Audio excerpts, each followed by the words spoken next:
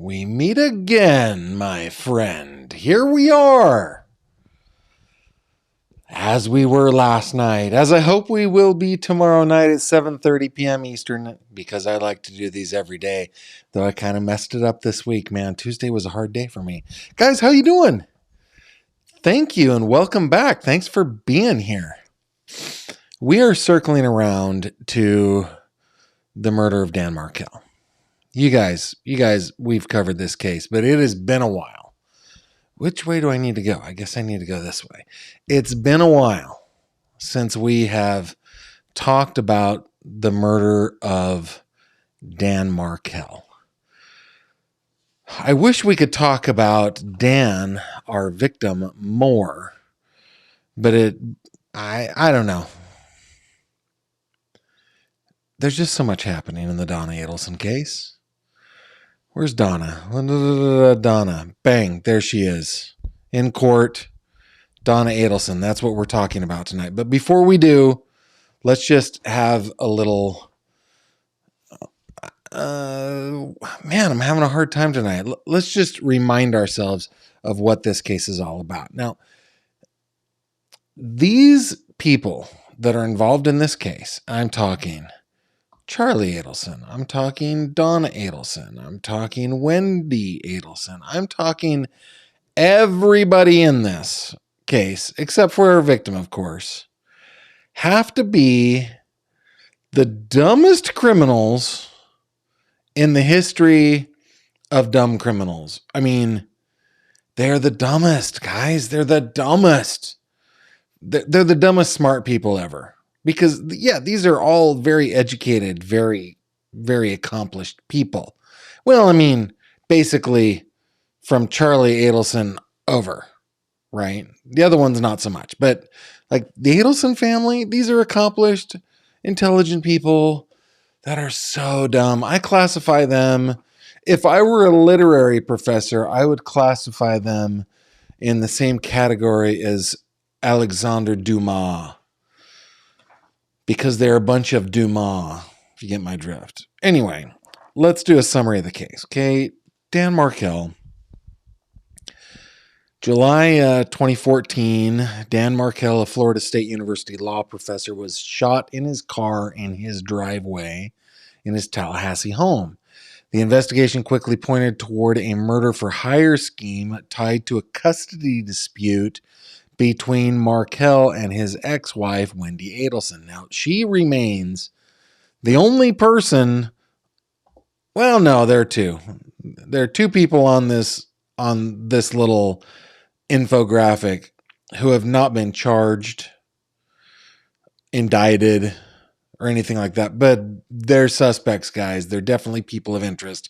I think once Donna goes down, I think next is probably going to be Harvey, and then probably Wendy. So anyway, Wendy Adelson, her family allegedly wanted Markel out of the picture so that Wendy could relocate their children to South Florida. I don't know why I said allegedly.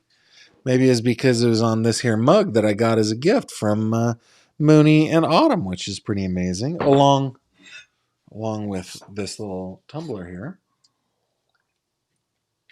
to keep me from being parched.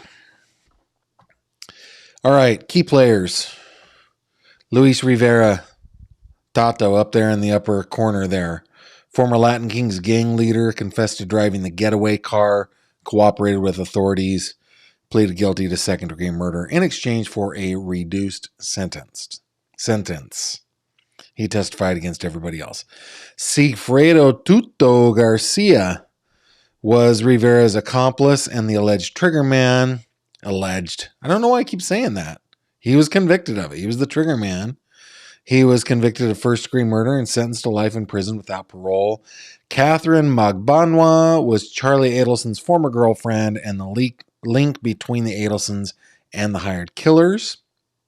She was convicted in 2022, first-degree murder and conspiracy to commit murder. She received a life sentence plus 60 years. Charlie Adelson, Wendy Adelson's brother, was arrested in 2022. He was convicted in October of 2024. Is that correct? It seems longer than that. seems longer. Anyway, prosecutors presented evidence that he financed the murder for hire. Oh boy, did he. He financed it. Working through Magbanwa and the hired killers. Then there's Donna, Wendy and Charlie's mother. Evidence, including recorded conversations, financial records, suggests she played a significant role in orchestrating and funding the operation. Now, here are a couple of things that I love about this case. They literally laundered money. Like, they put it in the washing machine. I love that. Oh, another odd detail was the whole stapling of the cash together, which made it easy to follow the cash because they're idiots. They basically marked their own bills. And then there's a whole bunch of covert recordings in this case. This is a case for the record books. But there is something going on here in the last couple of days. I want to show you guys, if you go to Leon County Clerk of Courts, you can get access to almost everything in the case. Not everything, but almost everything in the case. The reason I say not everything is some things are sealed, and I want to get into that. So let's head on over to Acrobat, shall we? Let me go here. Yeah. So this was filed yesterday. I think it was recorded today. It says the 16th on the website. Okay. Order on access to hearing audio, transcripts, and court records. This cause having come before the court on its own motion after learning the clerk of court failed to seal the transcript of a sealed proceeding despite multiple orders sealing the motion and the in-camera proceeding and the December 10th, 2024 order unsealing the transcript for the limited purpose of providing the transcript to current defense counsel, it is ordered and adjudged that the clerk of court and the office of the official court reporter shall not release or permit public access to any of the sealed court records, hearing audio, and transcripts. All sealed matters are not permitted to be disclosed. This order shall remain in effect until further order of the court, and blah, blah, blah, blah, blah. This is what happened. Okay?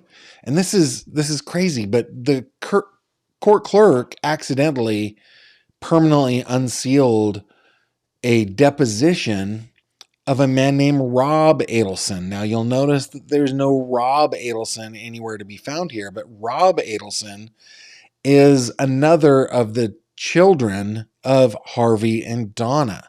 Rob, I understand, is a doctor. He is estranged from the family. And my understanding is that he's estranged from his family because of the person that he fell in love with and chose to be married.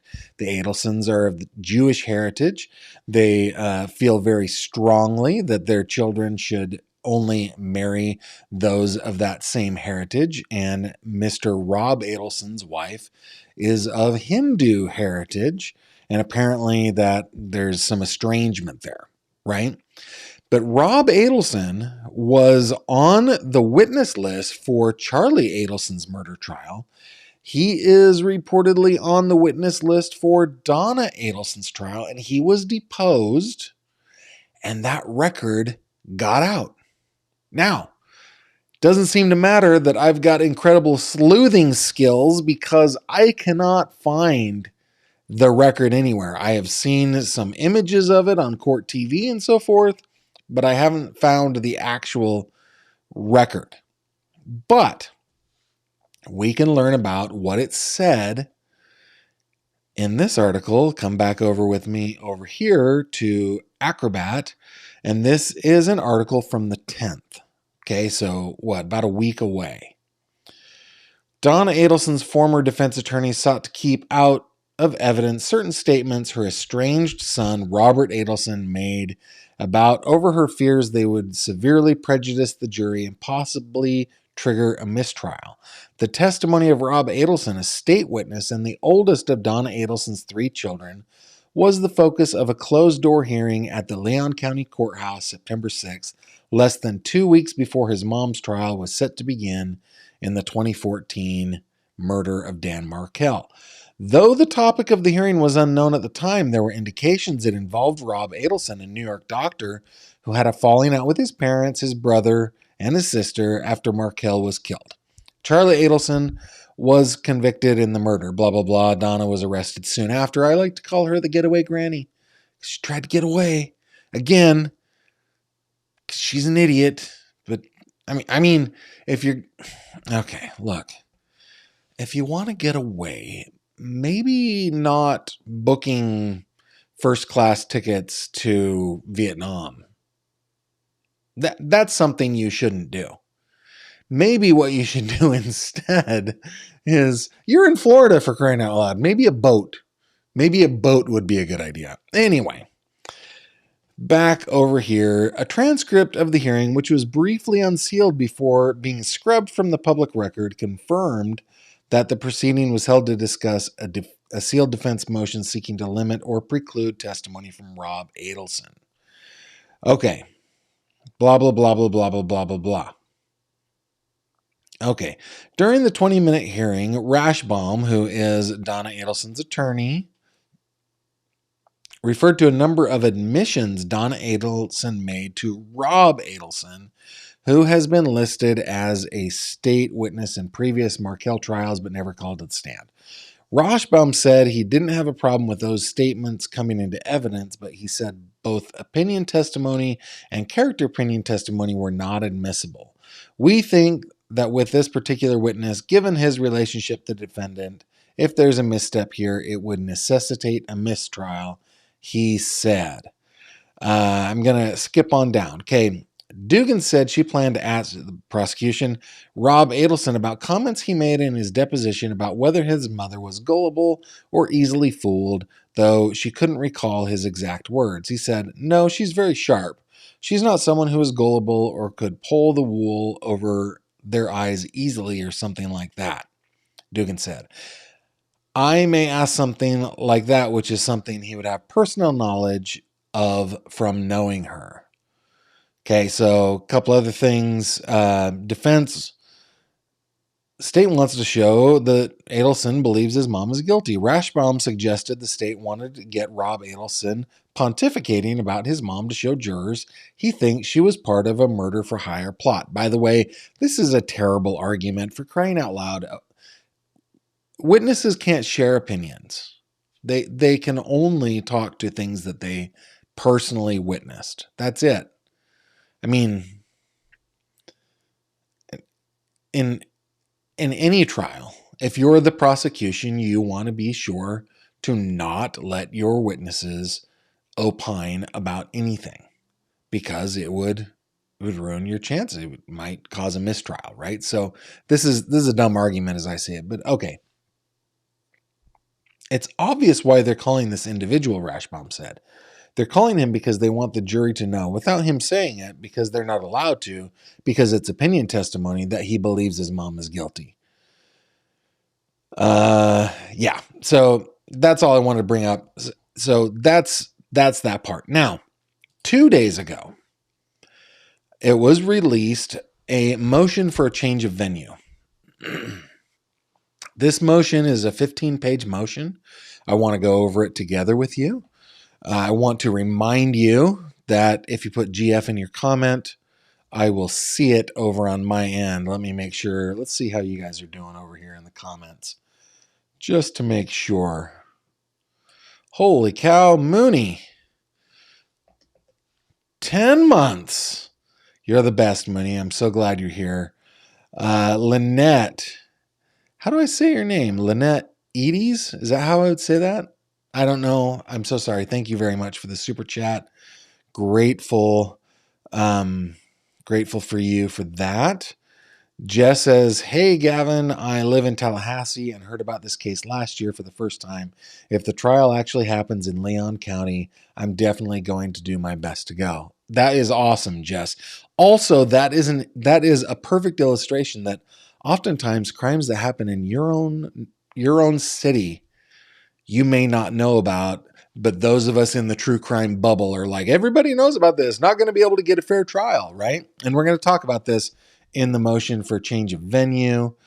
Let's see. Oh, Robin, apparently Minnesota is Bali. No, balmy. Robin, thank you very much. All right. Content Angel, Gavin, what's the mystery racial slur? Yeah, I can go over there. It's this one. Part of the defense's sealed motion pertained to what was described by Everett as a racial slur, though it wasn't clear what was said or who said it. It was the first topic Rashbaum brought up during the hearing, though he said he didn't plan on eliciting that testimony unless something very unforeseen happens at trial.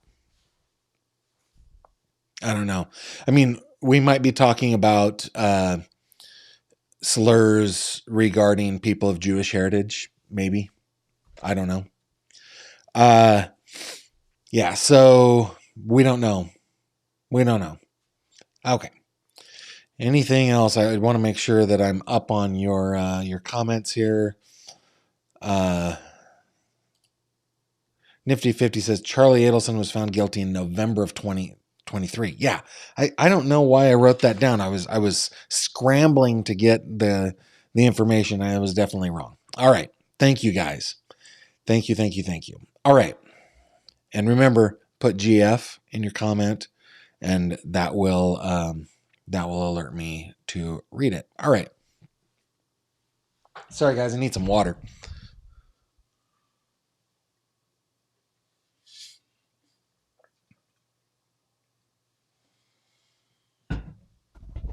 Okie dokie. Let's get to this motion for the change of venue, okay? Remember what Jess said just earlier. I didn't know this happened in my town. And I'm not sorry to like throw you in. You didn't ask for that, Jess, but like it's a perfect illustration of just the fact that most people don't follow these things. It's just us nerds. And believe me, I love nerds. Nerd is a compliment in my mind. It's just us true crime nerds that follow these things. Okay. The defendant, Donna S. Adelson, Donna Sue, by and through the undersigned counsel and pursuant to blah, blah, blah, the 6th and 14th Amendments of the Constitution and Article 1, blah, blah, blah, of the Florida Constitution, moves this court for a change of venue and in support thereof states as follows. Number 1, Mrs. Adelson was arrested. Let's bring up her picture. On November 13th, 2023, and on November 15th, 2023, she was indicted for first-degree murder, conspiracy to commit first-degree murder, and solicitation to commit first-degree murder. Yeah, because she's an idiot and was recorded. Okay, the trial in this case is scheduled to begin with jury selection on June 3rd.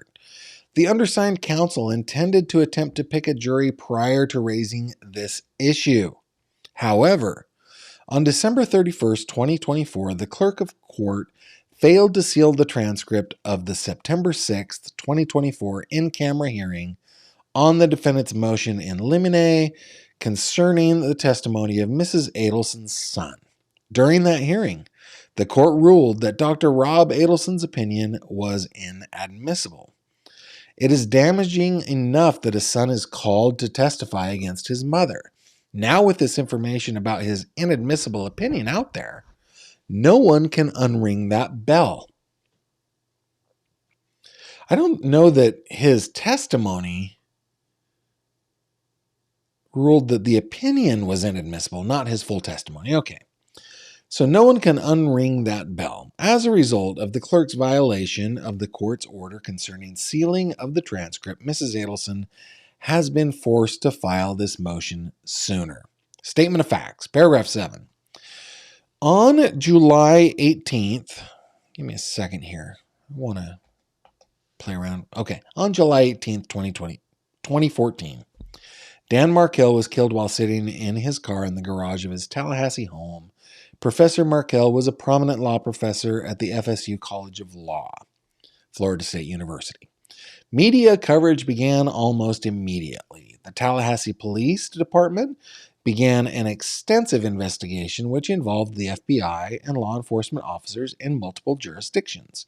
On July 17th, 2015, Tallahassee Police released new details in the investigation. On May 26th, 2016, Sigfredo Garcia is arrested in the case. Although his report was initially sealed, it was unsealed June 2 of 2016. Sigfredo down there in the bottom left corner. Those documents identified Luis Rivera. Both Garcia and Rivera are indicted on June 17th. This is 2016. Additionally, in June 2016, a draft probable cause affidavit identifying Catherine Manbagua, Charlie Adelson, and Donna Adelson is leaked to the media. Now, that is prejudicial writing, sir. I don't think it was leaked to the media. It is a public record. That's not leaking.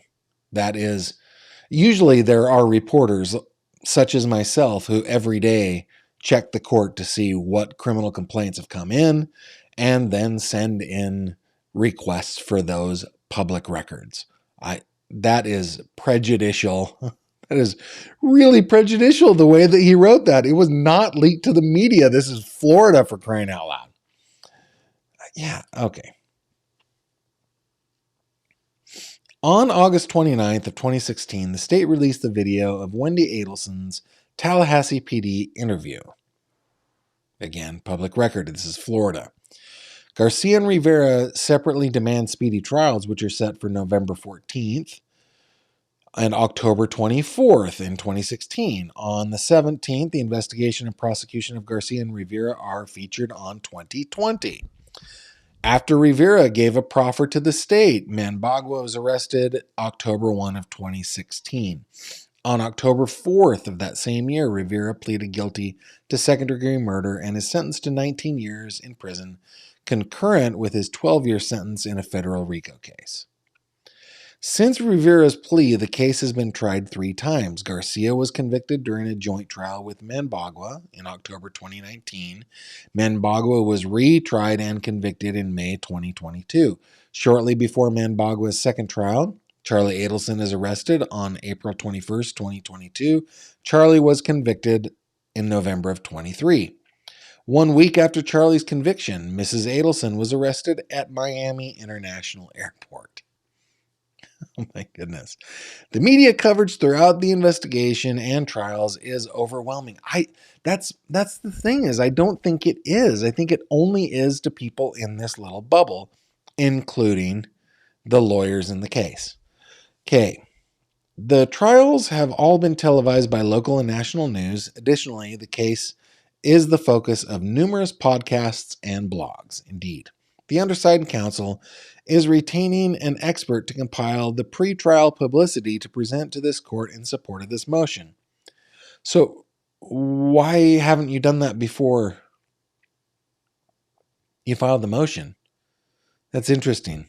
So the court has to wait for the pre-trial publicity in order to rule on this motion? That's dumb. Argument. Mrs. Adelson has a fundamental right to a fair trial by an impartial jury. That is true. Every criminal defendant has the right to be tried by an impartial jury. In essence, the United States Supreme Court has written the right to jury trial guarantees to the criminally accused a fair trial by a panel of impartial, indifferent jurors. The failure to accord an accused a fair hearing violates even the minimal standards of due process. Yeah, they're bringing up Dowd. Oh, she's had fair hearings. Okay. The 6th and 14th Amendments of the United States Constitution and the first article, sections 916 and 22 of the Florida Constitution guarantee Mrs. Adelson a fair trial by an impartial jury. We all agree. All agree. All right. However, Mrs. Adelson cannot receive a fair trial by an impartial jury in Leon County.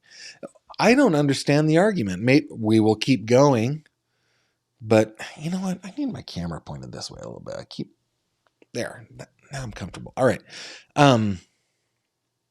Because if you go to neighboring counties, they would have had the same national media attention. Okay. But anyway, hang on a second, guys.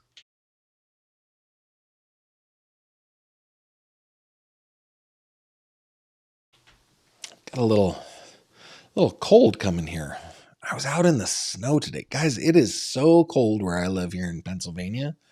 So cold. And I've been out flying drones, taking video of everything. I'm not feeling well. Anyway, The pretrial publicity in this case has been so inflammatory, emotional, and pervasive that the Leon County jury pool is now tainted by preconceptions, bias, and prejudice towards Mrs. Adelson. The effects of this publicity make it impossible for a Leon County jury to render a fair verdict based solely on the evidence presented at trial.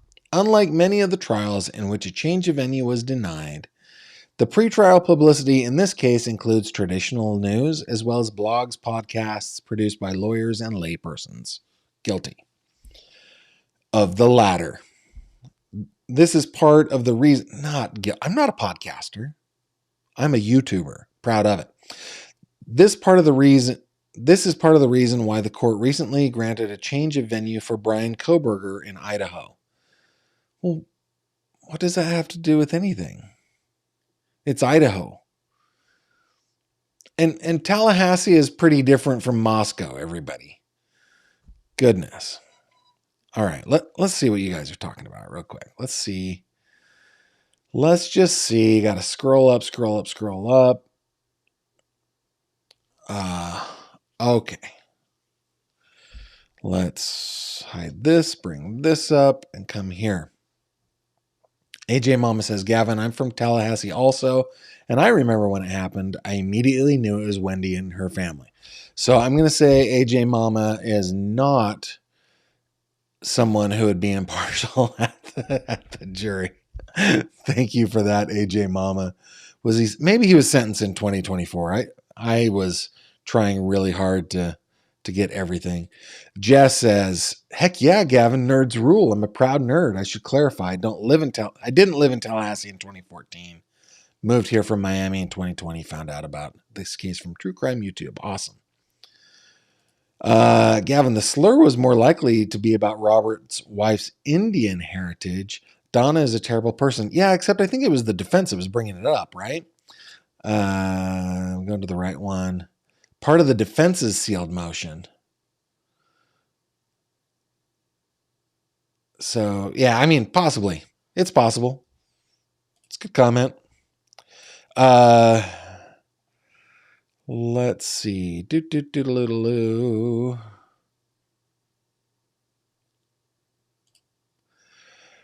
Gavin.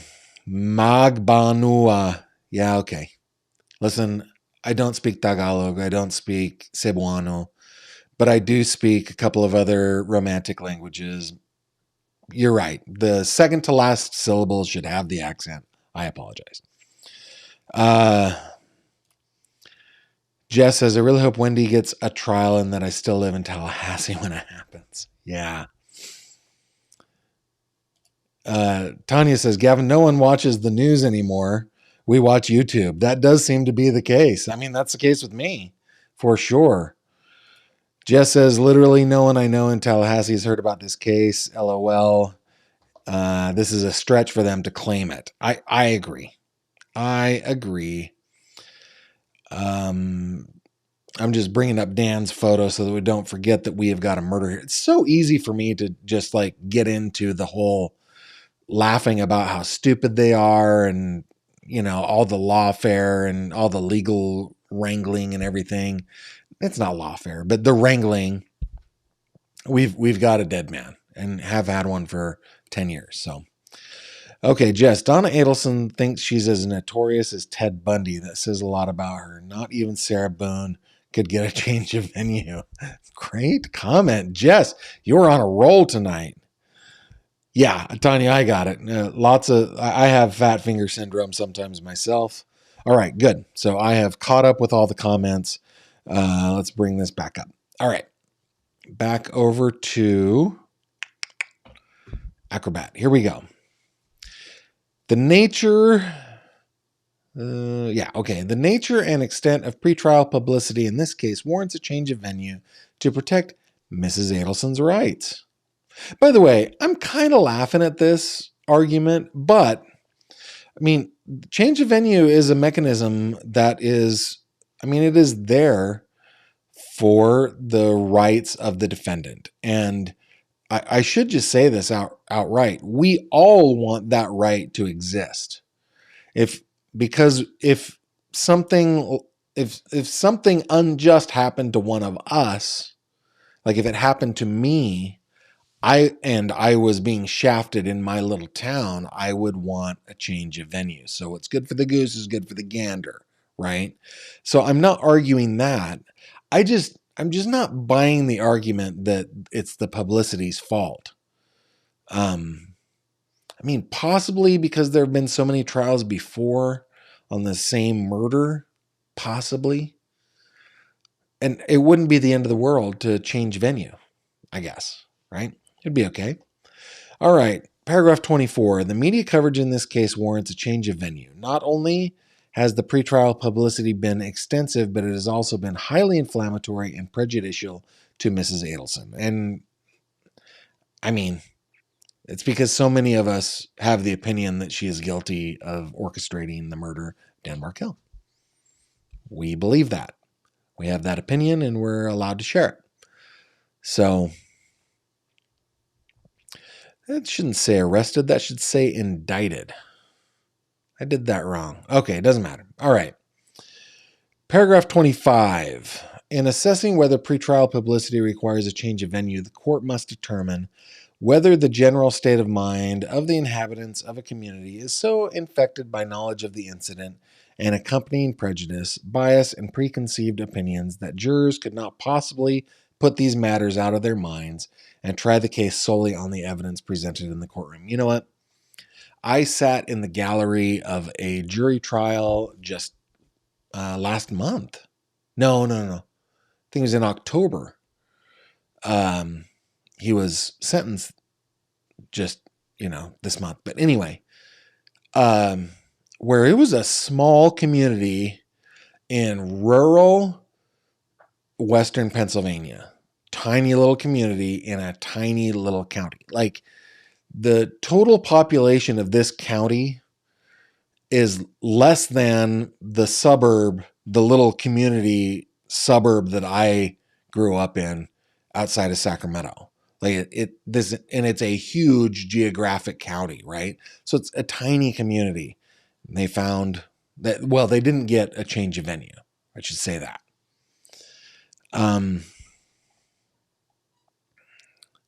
Let's see. The Florida Supreme Court has noted every trial court in considering a motion for change of venue must liberally resolve in favor of the defendant any doubt as to the ability of the state to furnish a defendant a trial by a fair and impartial jury. Every reasonable precaution should be taken to preserve a defendant trial by such a jury, and to this end, if there is reasonable basis shown for a change of venue, a motion thereof or properly made should be granted. Okay. Paragraph 26. To determine whether a community's exposure to pretrial publicity warrants a change of venue, the trial court may consider 1. Inflammatory pretrial publicity, or 2. Difficulty in securing an impartial jury. In reviewing a trial court's decision regarding venue, courts examine any indications in the totality of circumstances that petitioner's trial was not fundamentally fair. Okay. I don't want to... What page was that? That was 6. Let me just look here. See where we are. Okay, so there's a whole bunch of stuff. Tallahassee Democrat, lots of podcasters, published opinion, copy of the article is Exhibit A. Ooh, do I have that exhibit here? Yeah, there it is. That's the one that we just... Is it? Is that the one that we just... Yeah, okay. So going back up here... Blah, blah, blah. I'm just going to skip ahead. Okay. Number 3, the court should grant a change of venue now as opposed to waiting to attempt to seat a jury. Now, that one, I mean, I'm curious what the argument is going to be here, because you can voir dire and see. You can go through the process and see. But okay. Paragraph 34. The court should grant Mrs. Adelson's motion for a change of venue now as opposed to waiting to attempt to seat a jury. In Rideau v. Louisiana, which is a U.S. case, The U.S. Supreme Court emphasized that in at least the most egregious cases of inflammatory pretrial publicity, it is not necessary to examine the jury voir dire to determine that a defendant's rights have been violated. In that case, the court overturned the defendant's murder conviction, holding that the trial court's refusal to grant a change of venue constituted a denial of due process. The court noted that it made its determination that the defendant's constitutional rights had been violated, quote, without pausing to examine a particularized transcript of the voir dire examination of the members of the jury. Oh, so they did a voir dire, but still didn't change the venue. I see. Okay. As in Rideau, any effort to try Mrs. Adelson in Leon County would be but a hollow formality, given the pretrial publicity to which the Tallahassee community has been exposed. Thus, it is unnecessary to try to seat a jury before ruling on this motion. I wonder where they want to go. Because, I mean, this is all over the state of Florida for sure.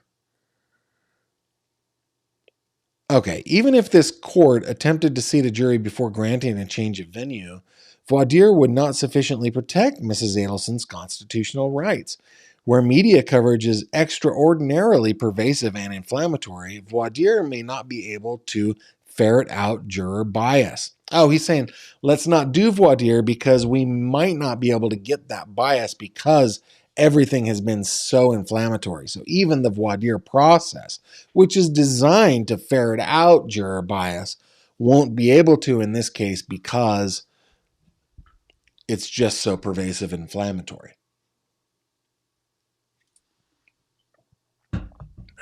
Possible, I guess. See, blah, blah, blah.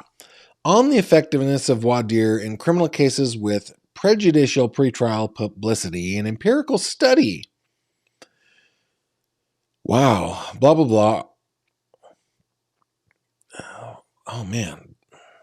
Okay, so there, see, that's the name of what he's saying to see. Gotcha, okay. The Supreme Court has recognized the limitations of voir dire in highly publicized cases. For example, in Irvin v. Dowd, again going back to Dowd, the United States Supreme Court discounted the claims that potential jurors made that they could be impartial. Quote, where so many times admitted prejudice, such a statement of impartiality can be given little weight. In his concurring opinion in Irvin, Justice Frankfurter explained the fundamental problem with relying on voir dire where there had been such intense pretrial publicity. By the way, does the name Justice Frankfurter just conjure in your mind like a Muppet? Oh, I am Justice Frankfurter. It draws straight out of a Mel Brooks kind of comedy, right? But apparently there was a Justice Frankfurter. Okay.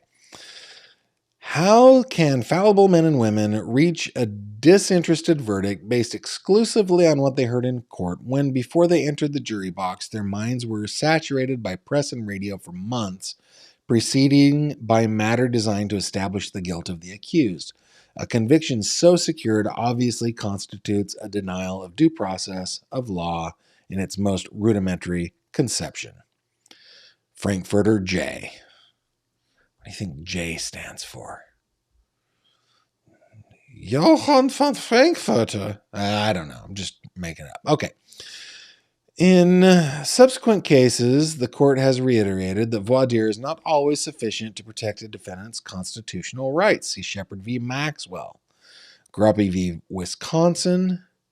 Okay, the atmosphere in Tallahassee created by the pretrial publicity in this case is sufficiently inflammatory and prejudiced towards Mrs. Adelson that voir dire, let's bring up Donna Sue, that voir dire should not or would not ensure that she would be tried by an impartial jury. Thus, the court need not attempt to select a jury before granting a change of venue.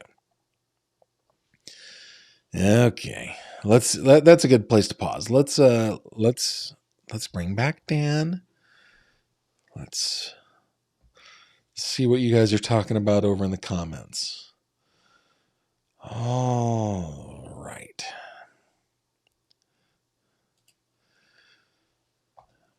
Autumn says, Gavin, we need some funny criminal episodes. Oh, man, there are some stupid criminals out there. Bunch of Dumas, man.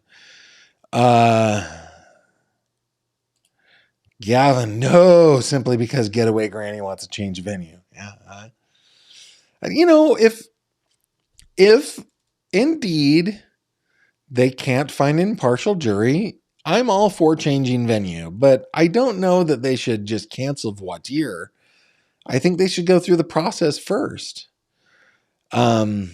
Jess says, I totally agree, Gavin. She deserves a fair trial, and she can get one here in Leon County. So many people move here every year, and so many people move away. It's been over a decade. That's kind of what I'm thinking. That's a great point, Jess. Great point. Tanya, Gavin, one thing that will always make me sad is how those boys have grown up without a father who loved them. He was a devoted dad. Yeah, man. This gets lost. And I'm glad, Tanya, you brought it up because it gets lost with me sometimes too. And I try really hard not to forget victims. Yeah, he's got kiddos that have been without their dad for a decade now, and they will spend the rest of their life without their dad. And as the child of a father who, not to anything nefarious, no, nothing criminal, it was an accident, but my dad lost his dad when he was 7, almost 8 years old. He and his 5 brothers and sisters at the time, and my grandmother, who was in her 30s. My grandmother was a widow in her 30s, and she had 6 children. So that has been almost, 1956. So we're coming up on 7 decades since that happened. It still is affecting my dad and all of us who love him, all of my cousins, all of my dad's brothers and sisters, some of whom have passed away.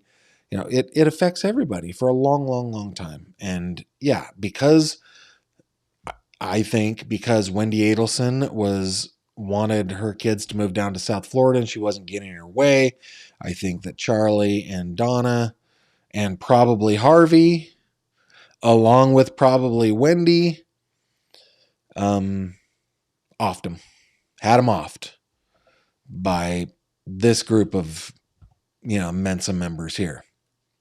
Yeah. Great point, Tanya. Thank you for bringing that up.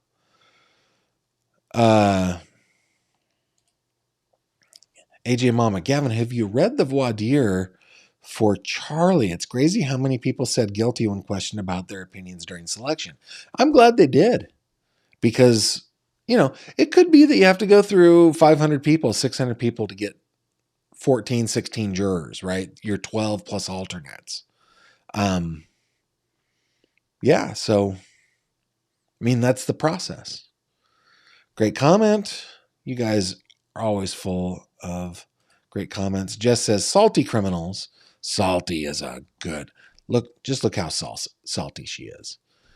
Always blame the media. Yes, yes, yes. Demon Hugger. That is the best handle on all of YouTube. Gavin, that was the best Muppet. I do my best. Not the Muppet voice. I made Content Angel snort. Justice Frankfurter just reminds me of Tim Curry in Heels. I hadn't even gone to the Rocky Horror Show, Rocky Horror Picture Show specifically. That's funny. I had gone to Young Frankenstein, but Frankfurter is from Rocky Horror Picture Show. That is funny. Jess says, I have the perfect rebuttal for the prosecution. Gavin, insert Titanic meme. It's been 84 years. Very good. Very good. Yep. Dr. Frankenfurter. You guys are funny. Okay. Gavin, if they really were worried about the jury, they could just expand the surrounding counties. We have several that are more rural and only 30 minutes away. That's a good point. A lot of people make the drive in daily anyway. That's a very good point.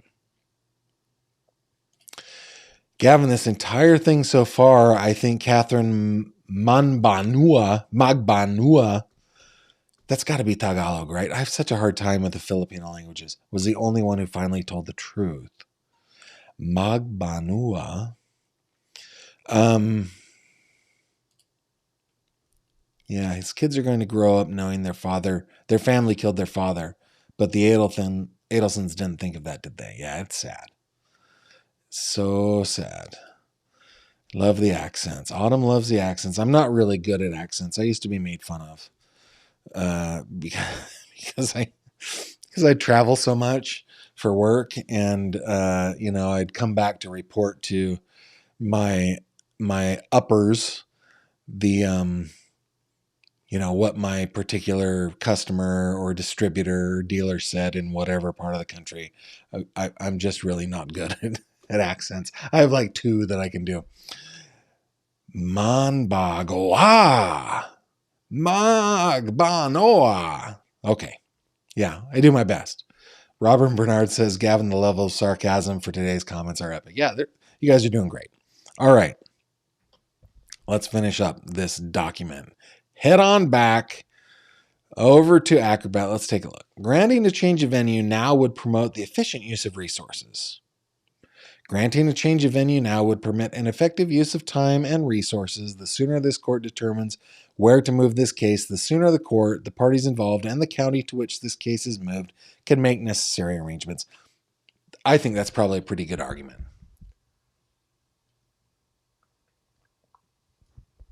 I mean, it's not just the resources of the state, of the court, the county, so forth.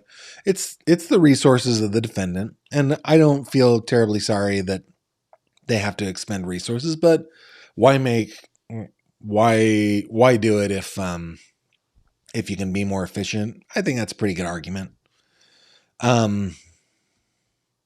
Okay, the sooner the court determines where to move this case, the sooner the court, the parties involved, and the county to which the case is moved can make necessary arrangements.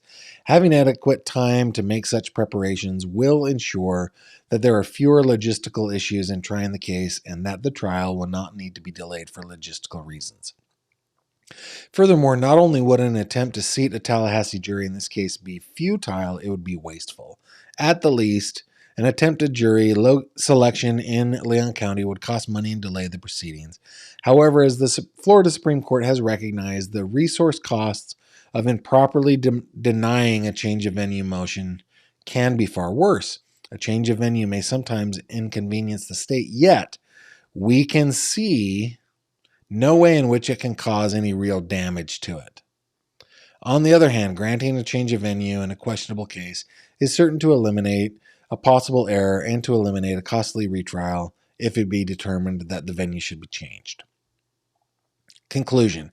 Based on the above, as well as the expert research which will be presented sometime in the future to this honorable court, Mrs. Adelson's right to a fair trial can only be ensured by changing the venue for this trial. Wherefore, the defendant, Donna Adelson, requests that this court grant this motion, change the venue for the trial in her case, and for such other and further relief as is just and proper, certificate of good faith, blah, blah, blah. And so that is the law office of Jackie Fulford, attorneys for Ms. Adelson. And then there is the,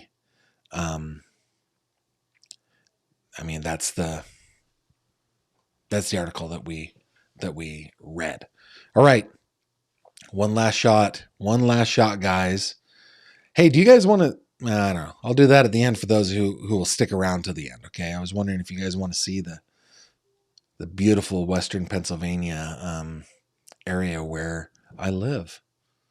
Maybe Autumn, we laugh with you, not at you, Gavin. You know what? Feel free to laugh at me if I do something laughable. Brenda, Gavin, greetings from a rainy day in Guam. Thanks for always bringing us amazing content. Well, you are so welcome. Nola CPA, Gavin, completely disagree with Katie telling the truth. Luis said many times that he could never have known without Katie, and in both of her proffers, she denied knowing anything. Okay?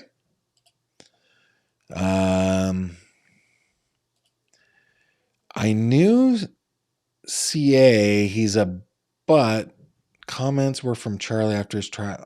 I'm sorry. I'm not following that comment. Sorry. Let's see if there's anything else that I missed. I think I got everything.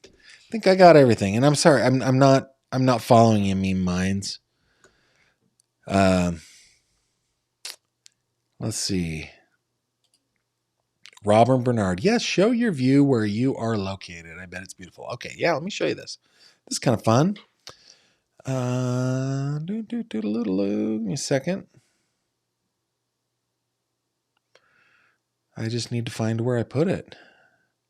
Hey, while you're waiting, while I'm looking for this, you guys know that you can always go to my website, gavinfish.com, where you can see all of the cases that I'm working on. You can read my blog posts. You can do all sorts of things, including read Crime Cod. So please go ahead and do that. Now, let's go over here. Yeah, okay. I'm going to mute it, though. This is what it looks like in my neck of the woods, everybody. See if I bring this out. There we go. This is a place called Polk Center. It is in western Pennsylvania. This, at one time, was an insane asylum. Kind of like a full-on Arkham asylum in the beautiful hills and valleys of western Pennsylvania.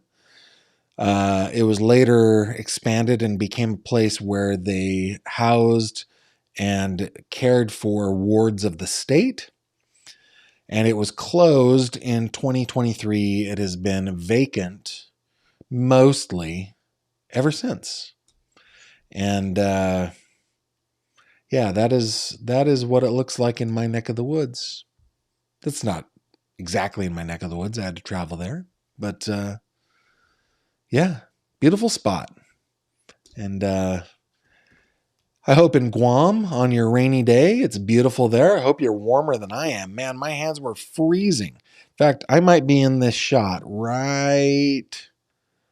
Let's see. No, not quite. Let's see if I I miss it. No. But anyway, that is what I have been up to this very day. If you want to see other stuff that I'm up to, head on over to the fish tank, guys. If you go over to my website, click on this little fishy, that will take you over to the fish tank. That's our group on Facebook where we chat about cases and true crime in general. I invite you to check that out. Definitely go to Crime Cod. Read this article stuck out to me today where we've got a woman who claims that her husband fell on a knife. Does that remind you of anybody else that we have been talking about on my channel? While you're there, go ahead and subscribe to the newsletter. It's free. I don't spam. And you can unsubscribe anytime. Last thing that I want to do before we leave, guys, there's a little support me button. Forget all the stuff. Forget all the stuff on this page until you get to the very bottom. That is where you can take care of my lead mod, Autumn. Buy her a coffee. Take care of her because she is awesome. Okay? That, guys, I'm going to bid you adieu. Where am I going? Let's see. Need to turn that off. There we go. I'm going to bid you adieu. Till tomorrow at 7:30 p.m. Eastern, where we will be back with another case. This week I've had a hard time getting ahead of things. It's been a really busy week at work, and I haven't been able to get ahead of things. But I'll spend some of my time tonight, getting prepared. What do we got? Autumn is saying that Polk Center is creepy inside. I've never been inside. It'd be cool. Norman Rockwell. It'd be good for condo conversion. Yeah, I wasn't expecting snow. Oh man, there's a lot of snow out here. Gavin looks absolutely beautiful. My scenery is very different. Landscape and buildings, but the moment you have more snow, love from Iceland. I love Iceland, have traveled through there several times, have visited a couple times. Never gotten too far out of Reykjavik, though.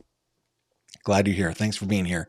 And with that, I will bid you adieu. Thanks for being here, guys. I will see you tomorrow. Take care of yourselves. Thank you very much for watching this video. If you liked what you saw, please consider subscribing. And if you have any questions or comments, please leave them below.